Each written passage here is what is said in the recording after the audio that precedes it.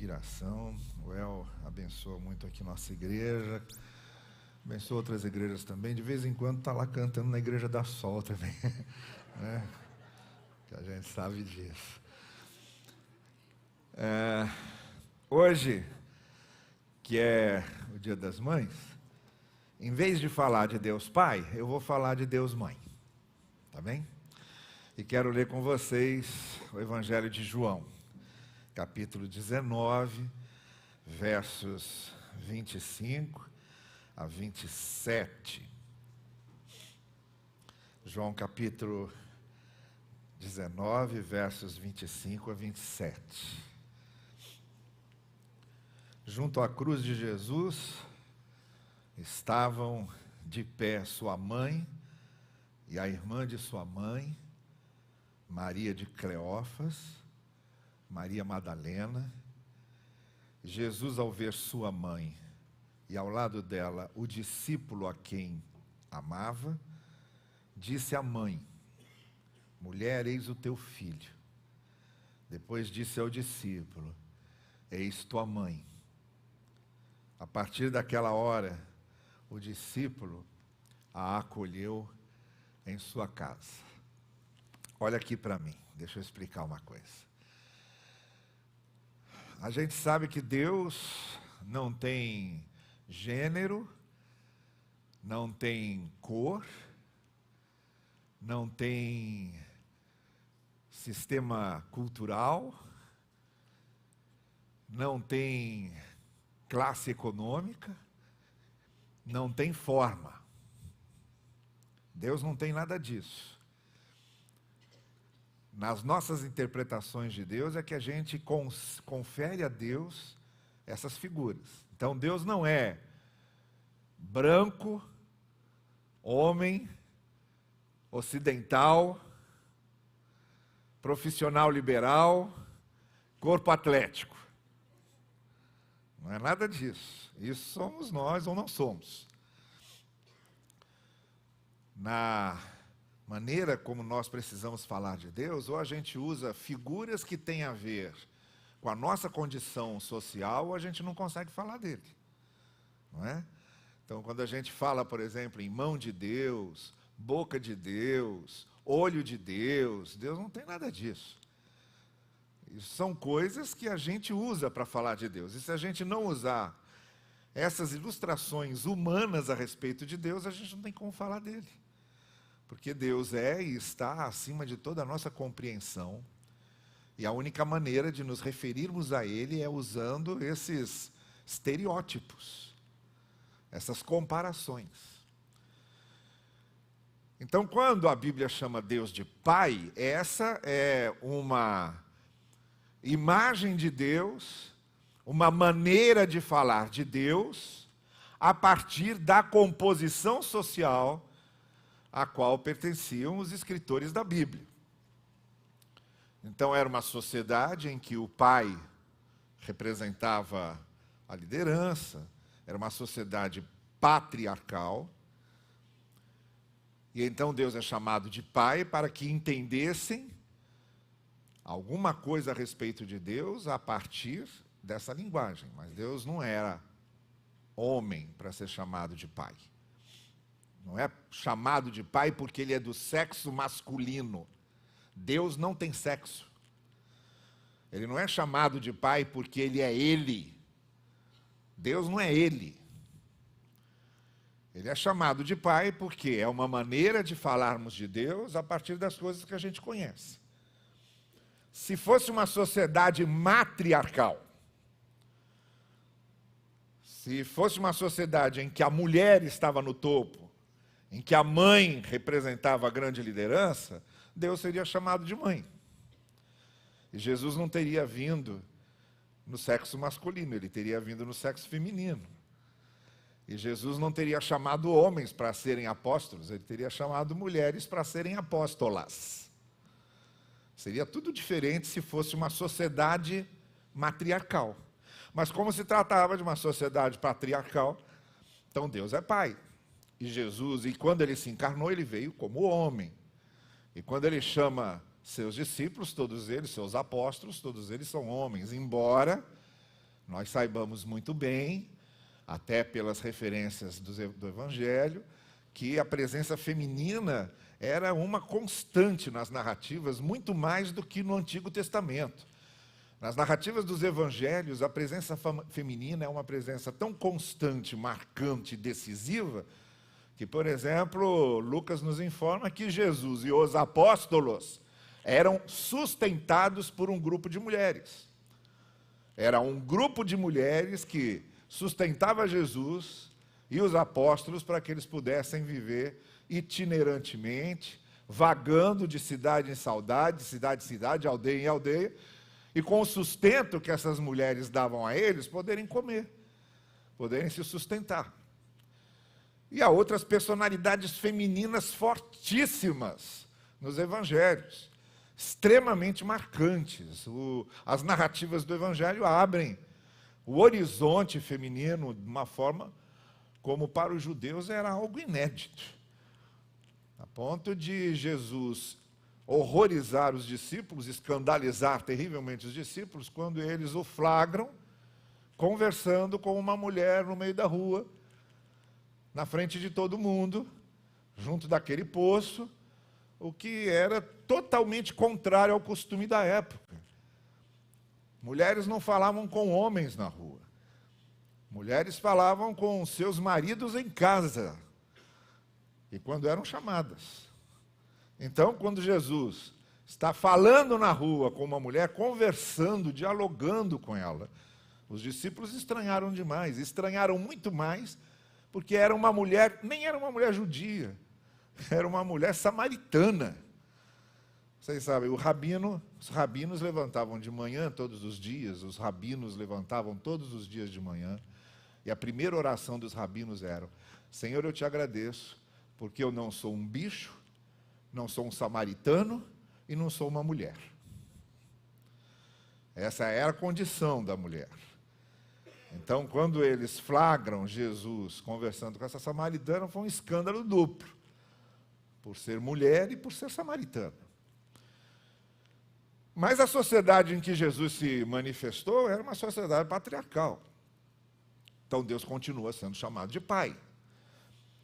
As nossas sociedades ocidentais, em grande parte delas, todas elas seguem esse formato ocidental do patriarcalismo, de certa forma. E a gente hoje vê algumas modificações nisso, né? Mas até a década de 50 e 60, por exemplo, era inadmissível que um homem cuidasse dos filhos, ou cozinhasse em casa, ou trocasse a fralda dos filhos, ou brincasse com os filhos. O homem era aquele que trabalhava, a mulher era aquela que ficava em casa criando os filhos. Isso foi até perto de nós aqui, até a década de 70. Era esse o conceito da família tradicional. Quando as mulheres começam a sair de casa, começam a trabalhar, começam a ter seus empregos, começam a se formar, começam a entrar no ambiente acadêmico, começam a se profissionalizar, a gente vê também um caminho inverso dos homens assumindo funções domésticas e ajudando em casa, porque aí as suas esposas começaram a dizer: olha, eu ajudo no orçamento de casa, mas você ajuda também com o serviço de casa. Que é tremendamente injusto que os maridos exijam de suas mulheres que elas, além de trabalharem fora o dia todo, ainda assumam as funções caseiras na sua totalidade. Então, o casamento também é divisão dessas funções caseiras. Então, a coisa hoje está mais fácil para as mulheres hoje, mais fácil do que na década de 50. Então, a mulherada aí, agradeça a Deus por ter nascido dos anos 70 para cá, viu? Porque nos anos 50, a condição de vocês ia ser ainda bastante complicada. Mas tudo isso eu estou dizendo para afirmar que, como Deus está acima da nossa compreensão, e como a gente tem que falar de Deus a partir de coisas que a gente conhece, a gente normalmente projeta em Deus aquilo que somos. Então a gente projeta em Deus um estilo, uma formatação social que temos. Esse é um exemplo de chamarmos Deus de Pai. Deus não é pai, Deus não é mãe, Deus é Deus, e Deus pode ser pai e pode ser mãe. E hoje eu queria falar de Deus Mãe. Queria falar desse Deus que traz na face e na revelação características muito peculiares, muito femininas, muito maternas. Esse Deus Mãe, que também se revelou a nós com o seu amor, com o seu carinho, com sua ternura. E essa imagem, esse episódio da crucificação, os evangelhos, os 4 evangelhos, mostram Jesus falando 7 vezes, talvez tenha falado mais, mas os evangelhos registram 7 vezes em que ele falou. O que ficou registrado foram 7 vezes em que Jesus se pronunciou na cruz. Na maioria das vezes ele citou salmos. Daquelas 7 palavras, 4 são citações de salmos. São versículos de salmos que ele estava citando. E uma daquelas 7 palavras é esta aqui que nós lemos. Ao pé da cruz estava ali João, parece que foi o único dos 12 que ficou por perto. Todos os outros 11 sumiram na poeira da estrada, logo que Jesus foi preso, desapareceram. Parece que João foi o que ficou ali.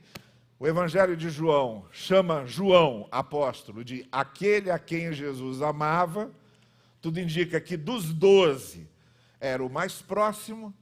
Chegamos a ler no Evangelho de João que num determinado momento, com os 12 reunidos, era aquele que ao lado de Jesus deitava a sua cabeça no ombro de Cristo. E então ele se autodenomina como aquele a quem Jesus amava. Talvez por isso, por ter uma proximidade maior do Mestre, era ele que estava ao pé da cruz.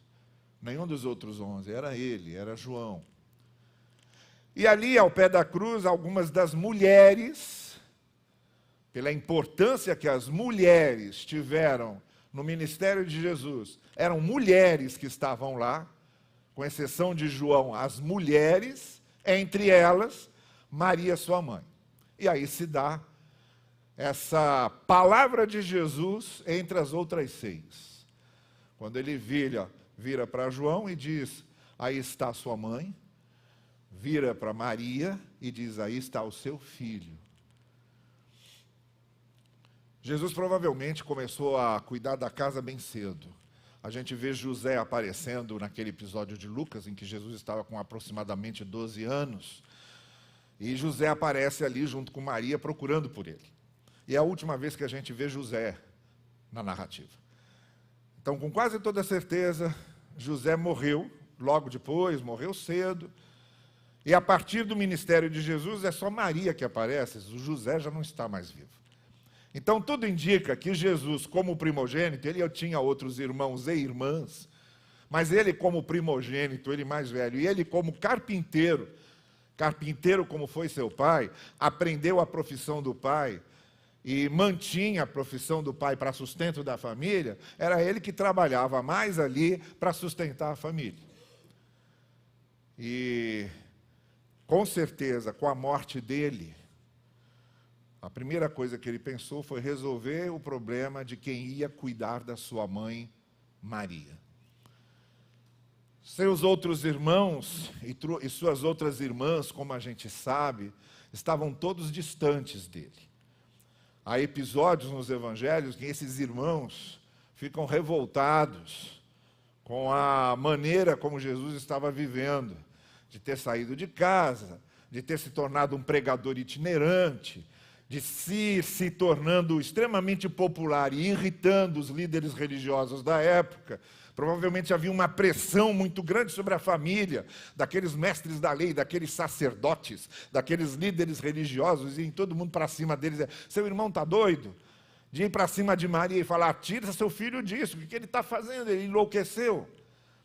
Há um episódio, inclusive, no Evangelho de Marcos, em que Jesus está dentro da casa de Pedro, operando ali uma cura e ensinando os seus discípulos, e aparece lá Maria com os seus filhos, para convencê-lo a voltar para casa, dizer, sai disso, deixa isso, vamos voltar, isso está criando problema para a gente.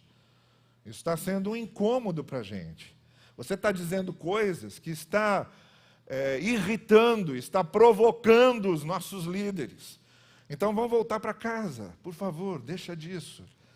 Então a gente nota que nesse momento, se Jesus tivesse que recorrer a alguém para cuidar da mãe dele, tinha de recorrer mesmo a João, que estava ali, e incumbe João de cuidar da mãe. Bom, e essa é a cena.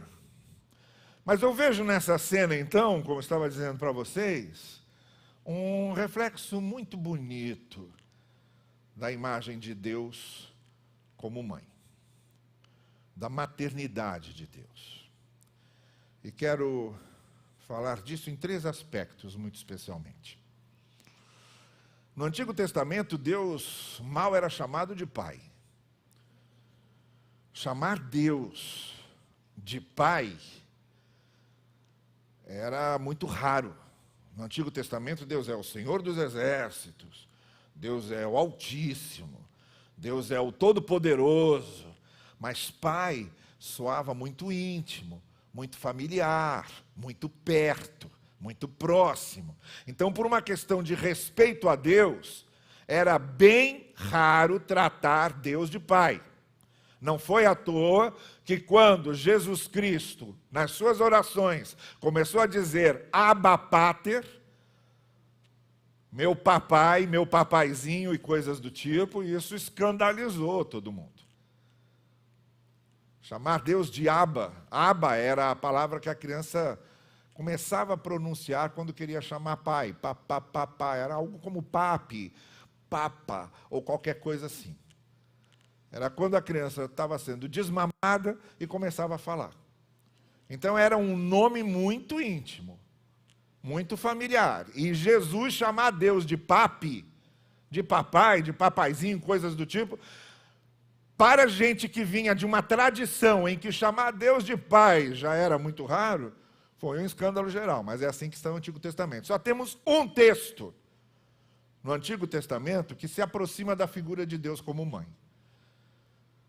que é no capítulo 11 de Oséias, quando está falando do cuidado amoroso de Deus, e Oséias diz, como se Deus estivesse falando ao seu povo, eu tirei vocês do Egito, eu libertei vocês do Egito, eu conduzi vocês pelo Egito, aí em determinado momento Oséias diz, eu amamentei vocês. Algumas traduções colocam, eu alimentei vocês. Mas a tradução literal do hebraico é, eu amamentei vocês, eu dei meu seio para vocês. Eu dei minha mama a vocês, e vocês mamaram. É isso que literalmente está escrito em Oséias. É o que mais se aproxima dessa figura de cuidado de Deus conosco, como se fosse uma mãe, nos amamentando. E temos aquela comparação feita por Isaías, quando Isaías diz, ainda que minha mãe me abandone, Deus jamais me abandonará. Uma coisa que parecia impossível, a mãe abandonar o filho. Então Deus é apresentado aí com um amor mais poderoso ainda, que o maior amor que podia ser imaginado, que era amor de mãe. O texto não diz, se meu pai me abandonar, não. O texto diz, se minha mãe me abandonar. Que todos nós também concordamos que nessa escala de amor, quando a gente quer falar de amor forte, a gente não fala de amor de pai, a gente fala de amor de mãe. Né? É a comparação que a gente usa. Então, no Antigo Testamento, era muito raro chamar Deus de pai, e a gente vê quase nada de mãe, a não ser essa figura usada. Nesse texto em que Jesus está com Maria, eu encontro aqui 3 atitudes do amor de Deus, que são atitudes maternas, muito maternas. A primeira é do acolhimento. Deus acolhendo. E Jesus dizendo a Maria, e o texto termina dizendo exatamente assim, quando ele diz, aí está o teu filho. Depois, então, Jesus Cristo diz isso a partir do momento em que o discípulo a acolheria em sua casa. Na verdade, a gente sabe que ali um estava acolhendo o outro, e nesse jogo do acolhimento, Não só João acolhia Maria, mas muito mais Maria acolhia João. A gente sabe do pai de João. Era filho de Zebedeu, juntamente com seu irmão. Eram pescadores, foram chamados de Jesus. Não se fala da mãe de João. Provavelmente Maria ocupa esse lugar da mãe de João. Então não era só João que acolhia Maria, era Maria que também estava adotando João como filho. A partir daquele momento estava acolhendo João como filho. E nessa imagem do acolhimento, a gente vê essa função maternal de Deus, esse amor maternal de Deus. Quando a gente pensa em mãe, a gente pensa muito nessa questão mesmo do acolhimento. Uma criança, quando nasce, logo depois que ela nasce, ela é imediatamente levada para o seio da mãe para sentir o cheiro da mãe, para ouvir o coração da mãe batendo como ela ouvia dentro do ventre, para se reencontrar. Aliás, o Freud tem uma ideia de que nós, quando saímos do ventre da nossa mãe, a gente vai levar para o resto da vida essa sensação de perda, de frustração. E nós estamos sempre tentando reencontrar esse útero perdido. A gente está sempre tentando encontrar algo que valha, que compense o útero que perdemos. E nunca mais encontramos o útero que perdemos. O destino do ser humano é andar nessa vida à procura do útero que perdeu e nunca encontrar. E ali, Jesus Cristo fala do acolhimento que Maria faz a João. Não era só João que estava acolhendo Maria. E Deus nos acolhe desse jeito. Ele nos traz para perto, Ele nos traz para o seu colo, Ele nos traz para o seu seio. Ele nos embala. Através de Jesus Cristo, Ele fez isso. Ele nos trouxe para perto. Jesus veio para isso. Para dizer, vocês agora estão perto de Deus. O reino de Deus está aqui. Chegou. É só vocês virem. É esse acolhimento materno, enorme, abrangente que Jesus Cristo faz. A segunda coisa que eu vejo é presença. Presença. No imaginário das crianças, eu tenho certeza, todo mundo aqui sabe, de 99% das crianças, elas vão cair, 99%, em vez de chamar pai, vai chamar mãe. Não tenha dúvida disso. Se cair, se machucar, a primeira coisa que elas vão fazer é chamar mãe. Algumas chamam pai, mas muito raramente. É a mãe que ocupa esse imaginário do cuidado, da presença. E muito especialmente Maria. Lembrem-se, Maria estava presente em João, no Evangelho de João. João coloca Maria presente no primeiro milagre que Jesus Cristo faz, que é o da transformação de água e vinho, a festa de Caná. Maria está lá com ele, na festa. E agora Maria está aqui com ele na cruz. Maria participou da alegria da festa com Jesus, do seu primeiro milagre feito, não é? Não é assim que mãe faz? Mãe participa da primeira formatura, mãe participa da primeira festa, mãe participa das primeiras vitórias, está sempre lá presente.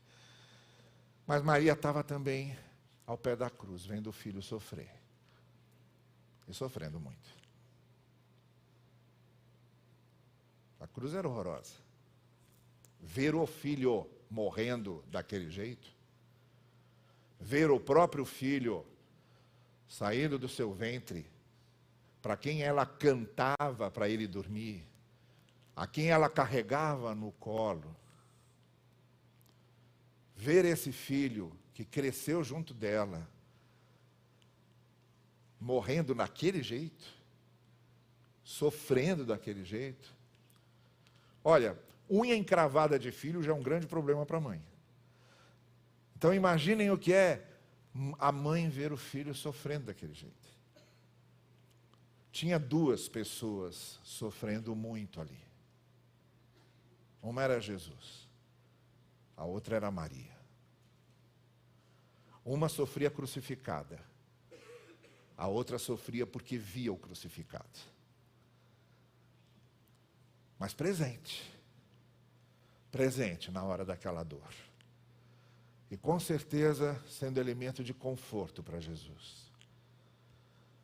Naquele momento em que ele estava sofrendo, ver sua mãe ali, junto, presente. Está aí o amor maternal de Deus.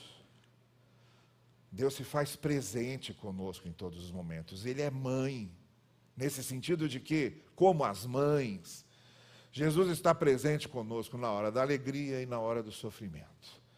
Na hora da festa e na hora da dor, da crucificação. Esse é o Deus que com seu amor e com seu cuidado nos acompanha em todos os momentos, nunca estamos sozinhos. E a terceira e última coisa que eu queria destacar aqui, é o que eu vou chamar de movimento de enternecimento. O que eu estou chamando aqui de movimento de enternecimento é o fato de que a mãe representa esse elo que atenua, que enternece as coisas.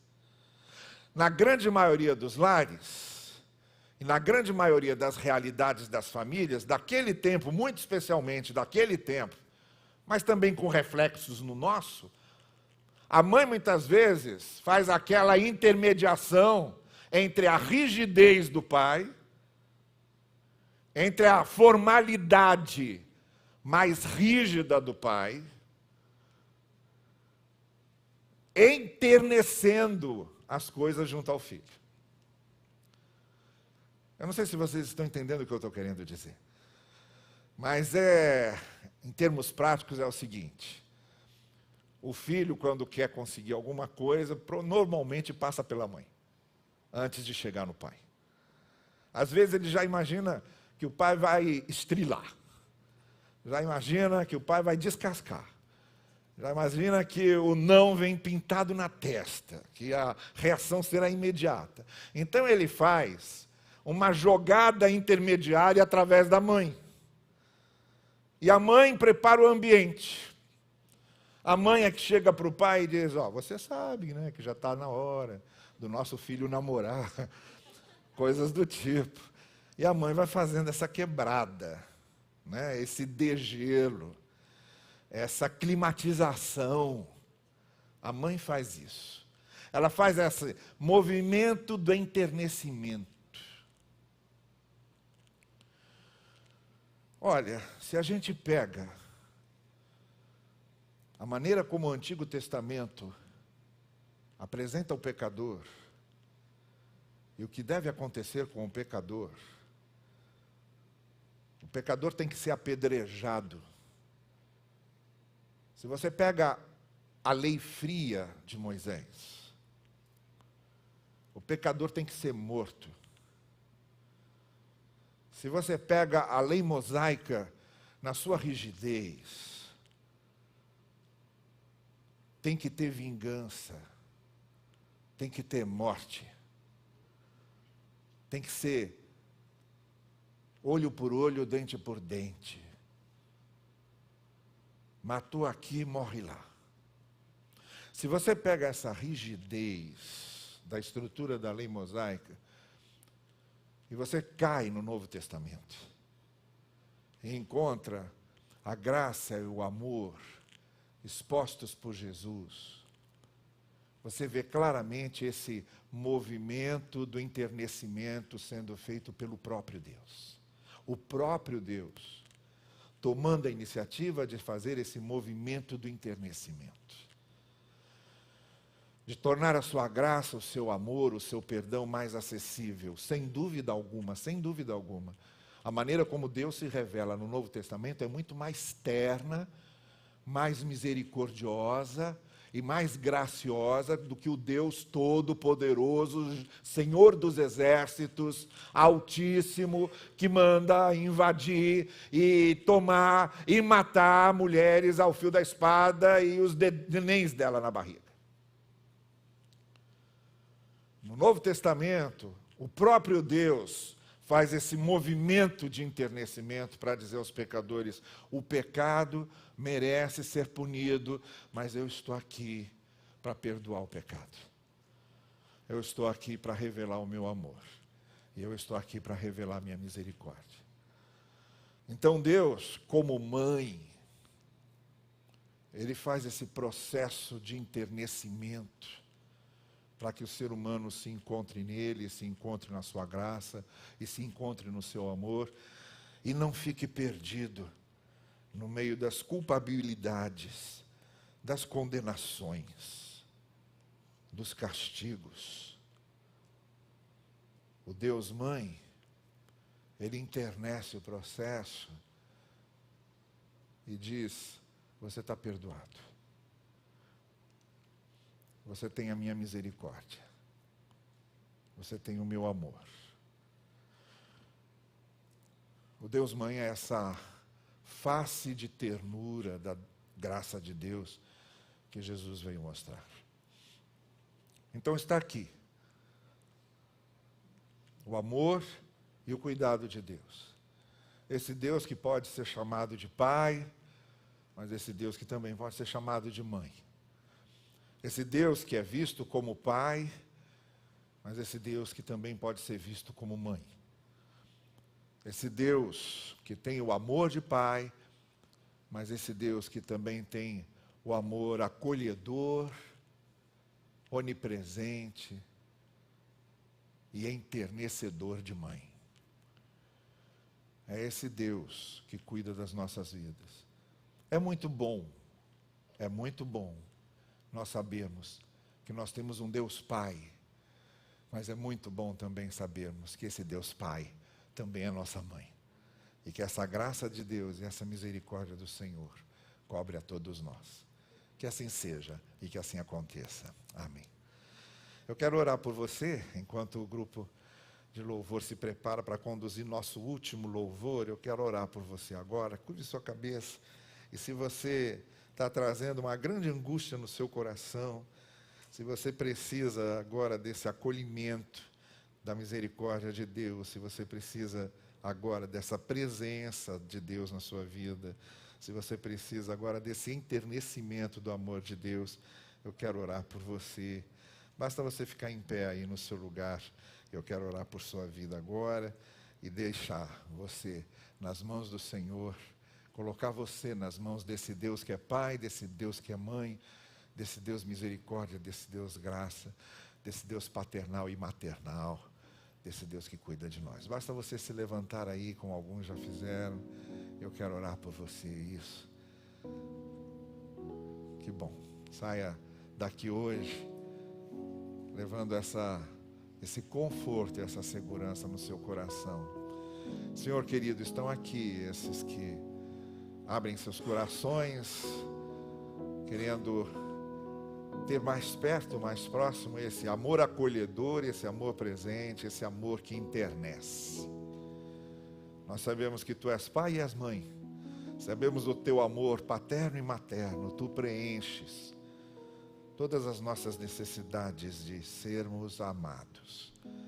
E colocamos nas Tuas mãos os nossos corações e as nossas vidas. Fazem-nos sentir assim, amados, acolhidos. Fazem-nos sentir Tua presença. Fazem-nos sentir a Tua ternura, enternecendo-nos e tornando-nos agentes do Teu interesse.